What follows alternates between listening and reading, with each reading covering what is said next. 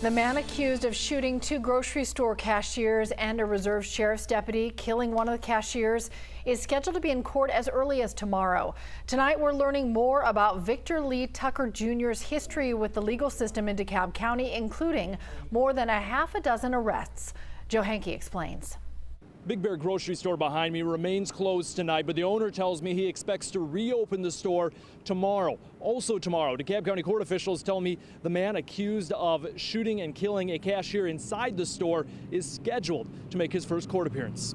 DeKalb County jail records show over the past 10+ years, Victor Lee Tucker Jr. has been booked into the DeKalb County jail at least 8 times. Here are a half dozen of his mugshots. DeKalb County police tonight say Tucker remains in the hospital after he was hurt himself in a shootout with a deputy in the grocery store Monday. Once released, he is set to head back to the DeKalb jail and have his latest mugshot taken. Tucker's court record in DeKalb County dates back to 2007 and is filled with misdemeanor charges and guilty pleas, leading to stints of probation, anger management, and parenting classes, and psychiatric treatment for crimes ranging from carrying a concealed weapon to battery, reckless conduct, and family violence.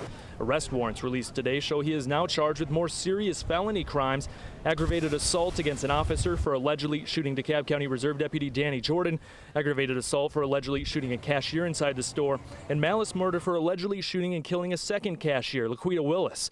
According to the GBI, Tucker got into an argument when she asked him to raise his face mask, exited the store, returned with a gun, and shot her. An online fundraiser from Willis's family says she worked at Big Bear for more than 10 years and leaves behind her mother, niece, and younger sister, along with more loving family members and friends. And the owner of Big Bear also tells me tonight employees will meet for a private vigil. There are signs posted outside of the store of upcoming public vigils, including tomorrow and Monday, both at 7 p.m. here in the parking lot of the store.